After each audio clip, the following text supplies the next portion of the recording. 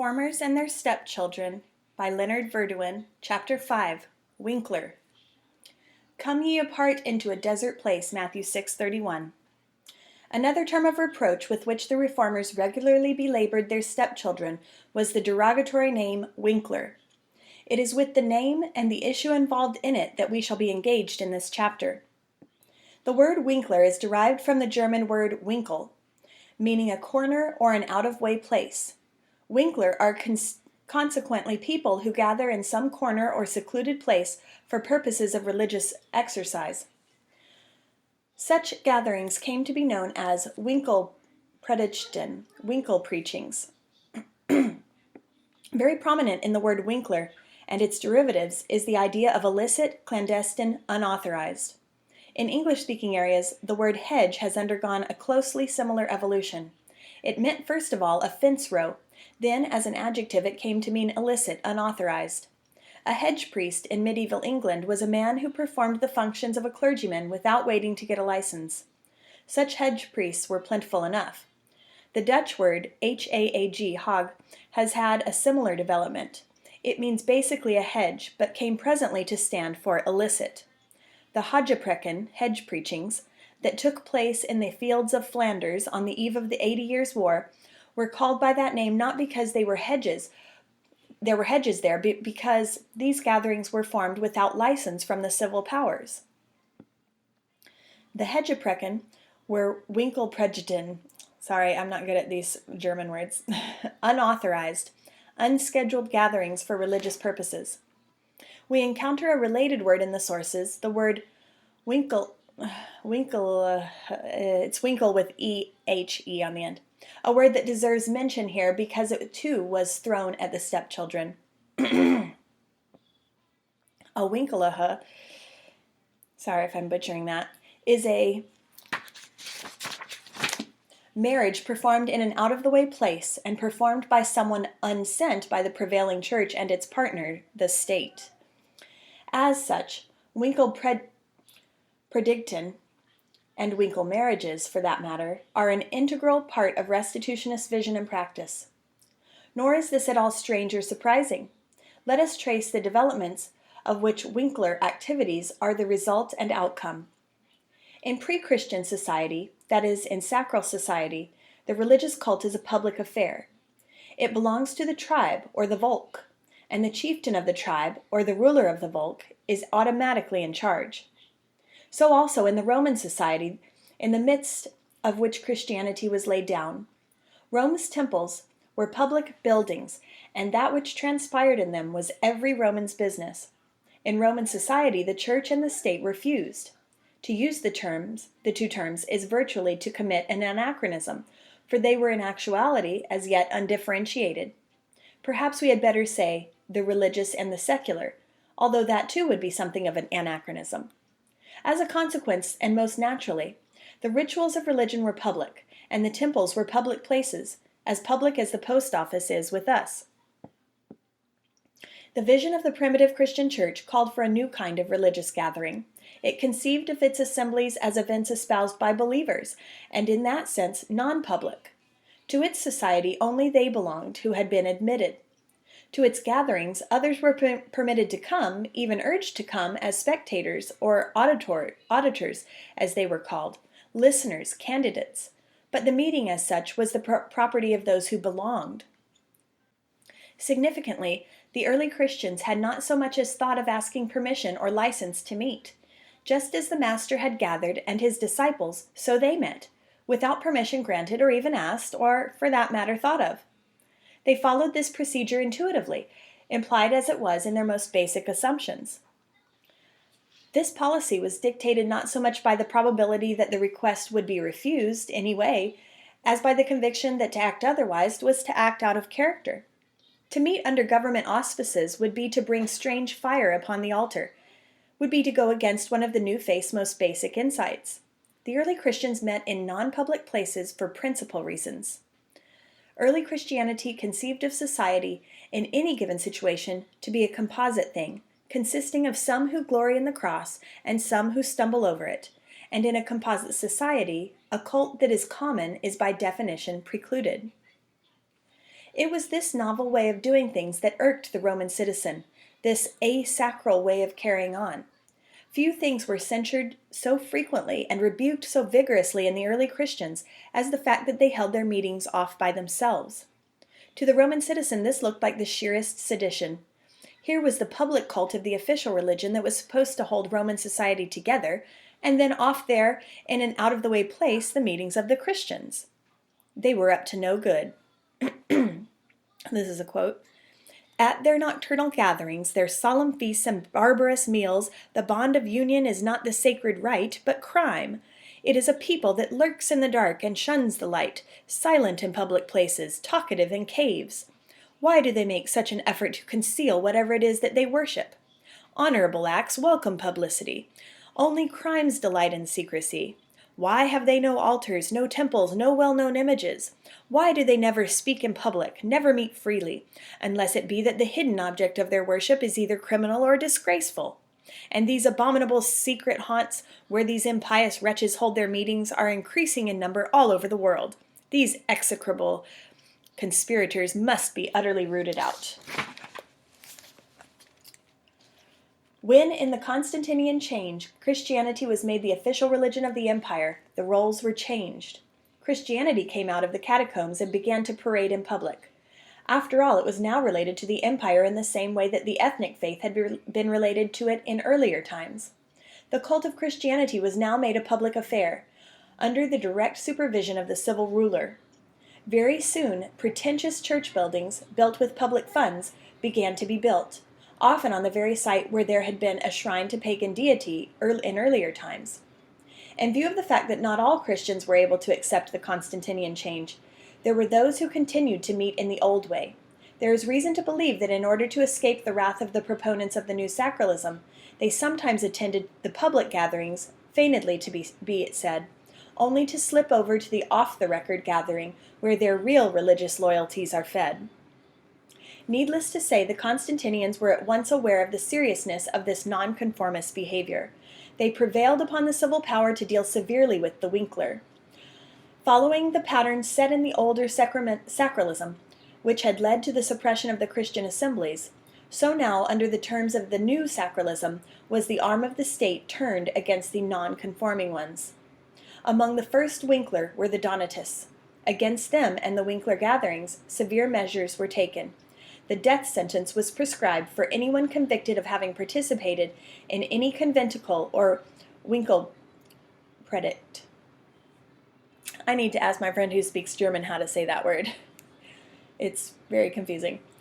Ever since, all through medieval times, there were Winkler, for there were always those for whom the Church of Christ consists of believing folk and of them only. Ever since, all through the medieval days, there were those who made the life of the Winkler difficult, for there were always those for whom the Church embraces the total civilization.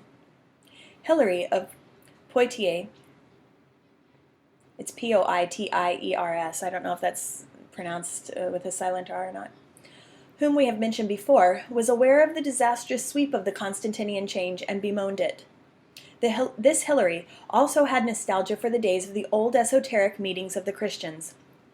With a glance at the huge cathedral-like edifices that were springing up to accommodate the new public cult, he said sadly, "We do wrong in venerating the Church of God in roofs and structures. Is it doubtful that the Antichrist will sit there? Safer to me the mountains and the woods, the lakes and the caves and the whirlpools, for in these, either hidden by them or sunken in them, did the prophets prophesy." There was very good reason why the Church made war on the Winkler. They posed a threat to Corpus Christianum, and were an assault upon the sacralist formula. As Herbert Grundman puts it, the Church never once let up on the idea that unauthorized religious discourse by an uncommissioned preacher was heretical. Because of this sensitivity, the Church was incessantly on the warpath against the Winkler.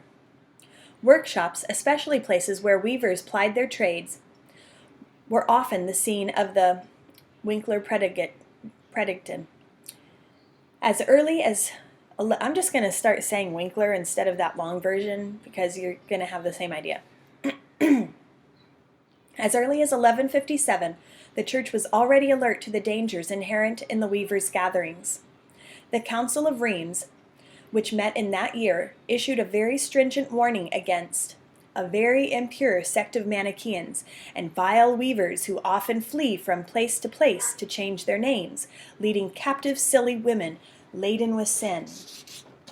A little later, orders were given to brand these weavers heretics on the forehead and to banish them from the realm. They would be given a chance to clear themselves by trial by fire. If a red-hot iron burned them, they were guilty. If it left them unscathed, they were innocent. These weaver heretics were Archwinkler. In his Sermons Against Heretics, Ecbertus speaks of them as people called Cathars in our German tongue, Pifflies in Flemish, and Texerents in Romance, because they are weavers. They are folk, Ecbertus tells us, who say that the true service of Christ and the true faith are to be found nowhere but in their conventicles, which they hold in cellars and weaving establishments and similar subterranean places.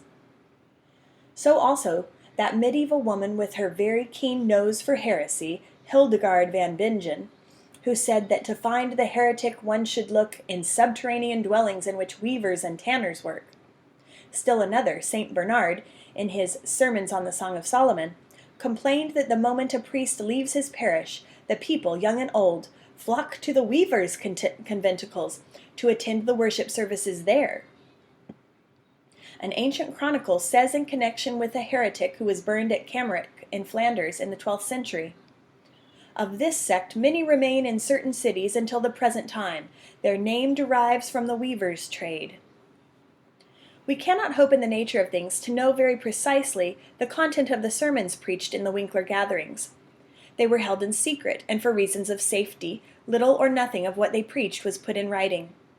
We would expect it to be pretty much the same, however, as that bill of fare to which the restitutionists generally rallied. The very fact that these meetings were held in competition with the authorized gatherings is enough to establish this. This weaver tradition reached right into Reformation times, as did the weavers' Winkle. In 1522, a fraternity existed at St. Gall in Switzerland, the members of which called themselves Christian Brethren.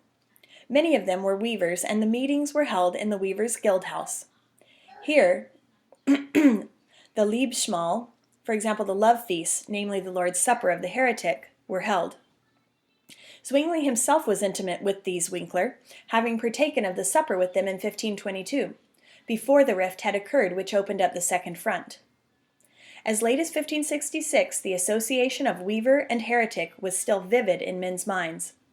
We read that the city of Leyden was predisposed to heresy because of the many linen weavers there, who are everywhere infected with this scourge. We have already touched upon the fact that with the Constantinian change came the building of pretentious buildings to house the now public cult of the new religion. We have also seen that men like Hilary of Poitiers deplored the development. Men of restitutionist convictions commonly disliked these edifices, architectural embodiments of sacralism that they were and are. We read of medieval heretics who scoff at a church of masonry, looking upon it as a mere barn and calling it in their vernacular a stone house. Nor do they admit that God dwells there and that prayers made in it are more meritorious than those uttered in a chamber.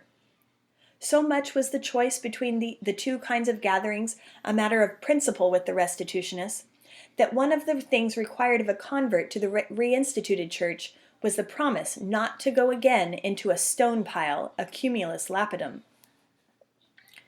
I guess the Catholic Church there. We find this same appraisal of the buildings that housed the public cult with the men of the Second Front. One of them, George Zonring, said, "The Christian church is his living temple, wherein he dwells and wherein he abides. O brethren, in that, and not in any stone houses." The Anabaptists, at least at times, required the promise of their converts, not to go again into any stone pile. The reason for the church's vehemence in regard to the Winkler was not concern for theological correctness. By her own repeated declaration, the theological content of the men you served in the Winkler was quite all right. What the church had against these gatherings was that they were a standing threat to the sacral order. They were a standing threat to her darling, the sacrament of orders. a sacrament which provided the legal framework for the suppression of everything except the authorized cult. The essence of this kind of heresy cannot be put in theological terms. The essence of it was its anti-sacralism. Only so we can understand how that one pope, after other issued directives aimed at the liquidation of the Winkler. Innocent III, addressing his subordinates in Metz in the year 1199, the Metz that already then had a bad record for heresy, said, "Our brother the Bishop of Metz tells us that in his diocese and in your city a great many layfolk, both men and women, have had French translations made of the Gospels, the Epistles of Paul, the Psalms, and other books, which they read together and preach from in their clandestine conventicles, vilifying those who do not attend, and resisting to their face the priests who would instruct them, arguing that they find in their books much better instruction. Now it is doubtlessly true that the desire to know the Scriptures and to exhort men to follow these is not reprehensible, but what is to be condemned is the holding of secret assemblies, arrogating to oneself the right to preach, jeering at the ignorance of the priests.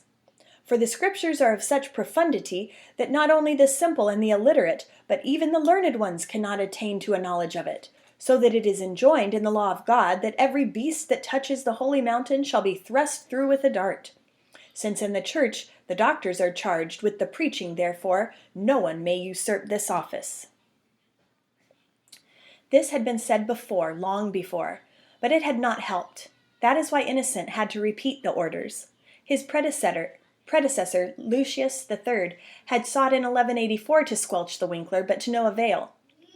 He had placed under perpetual anathema, everlasting damnation, all Catharos, Patarinos, and those who falsely styled themselves poor men of Lyon, Passaginos, Josephinos, Arnaldistos, and any and all who, whether against orders or without orders, make bold to preach in private or in public.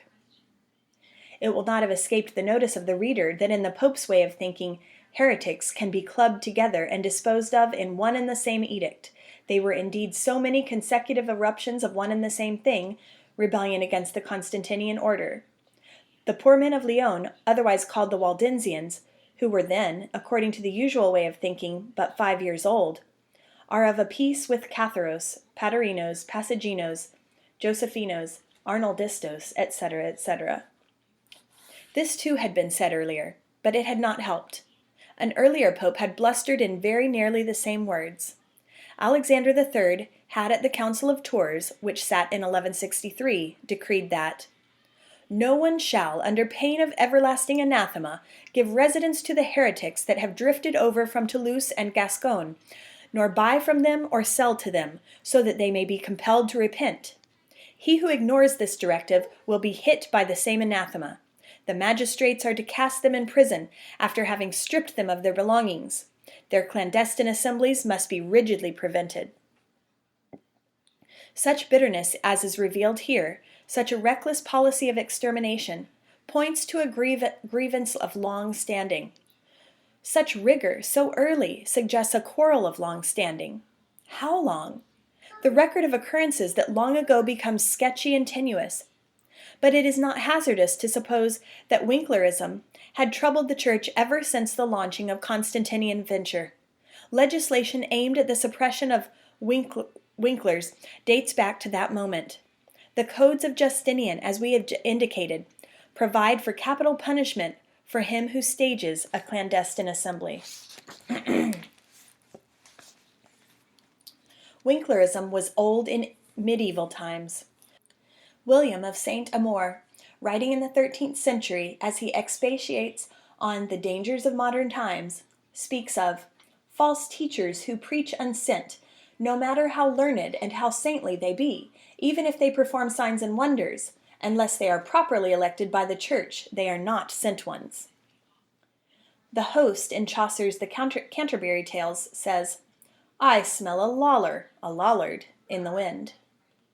One may say that hardly a breeze ever blew in those times in which one could not detect the presence of a loller. Hedge priests were everywhere. There was nary a forest whose depths had not been the scene of some kind of illicit religious gathering, hardly a cave that had not witnessed a Winkler service. Scarcely a barn or warehouse or deserted mill that had not shielded some nocturnal gathering for Winkler purposes. Not only were Winkler gatherings old and widespread, they were amazingly popular. Of the Winkler, it may certainly be said that the common people heard them gladly. In the century of the Black Death, the Winkler were patronized more voluminously than were the authorized services of the church. We read in a 15th century chronicle, preserved in the city library at Bruges, that in the year 1349 a sect came up called the Cross Brethren. They wore a cross before and behind and came out of Germany and were headed for Brabant. Behind this sect walked many assembled folk. They had many points of unorthodoxy, for they did not adore the Holy Sacrament as it was raised aloft at the Mass, nor did they show reverence to the priesthood. In 1350 there was a great indulgence at Rome, and many went to Rome to be absolved. Well, they might, for many were in the ban of the Pope because of the Cross Brothers and the Lollards, persons who had fed them or had conversed with them. So popular were these dissenters, the reader will have observed that their heresy also contained the items of sacramentarianism and anti-sacerdotalism, that as the Pope Clement VI put it, they bid fair to thrust the church backward into the destruction, men saying that their songs and sermons were worth more than those of the church. So popular were these flagellantes and their unauthorized rites, that even the rulers flouted the thunderings of the Pope. At Mechlin, the authorities provided not only straw to bed them down, but also beer, wine, and bread at public expense. Ghent paid the rent for wagons supplied for their convenience. As always, it was not the theological conviction of these heretics that bothered the church, but rather the threat posed for the sacralist way of life. And deep down, again as always, lay the notion that unity at the shrine is the prerequisite to peace on the square. Since we are informed, so reads the papal instruction, that of late certain folk have again come up of themselves, and without the consent of the Holy Catholic Church, have held meetings and gatherings, a matter contrary to the God of heaven, against the Holy Church and the Christian faith, contrary to the person of every good man, a matter of which much turmoil and civil disquiet is likely to come. Therefore we give orders that no man, whoever he may be, shall sustain, lodge, supply with food or water, in any way whatsoever, nor converse with these or allow themselves to be converted to their fellowship by them, on pain of 10 years' banishment. Here we hear the words of a man who, like the Constantine of old, is concerned with the religious uniformity because in his sacralist way of thinking it is the sine qua non of tranquility on the streets. He is against the Winkler because of the threat it poses to the sacralist scheme of things. From the above it will be apparent that it was far from easy to be a Winkler. In fact, it was frightfully hard. If you cannot buy or sell, if it is virtually suicidal for anyone to give you food or drink or any other comfort, then you are in a bad way indeed. You have been read out of the society of men. Open season has been declared on you.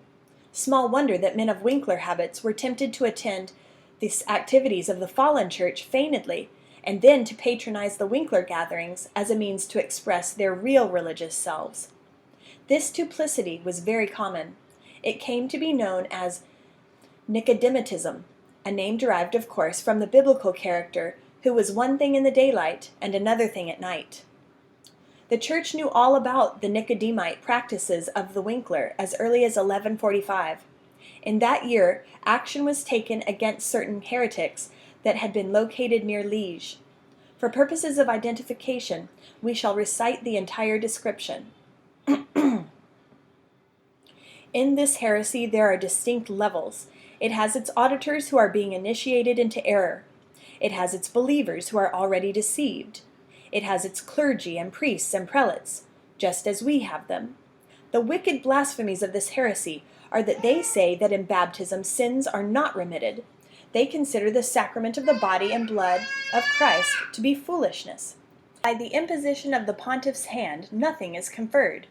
That no one receives the Holy Spirit unless good works are in evidence.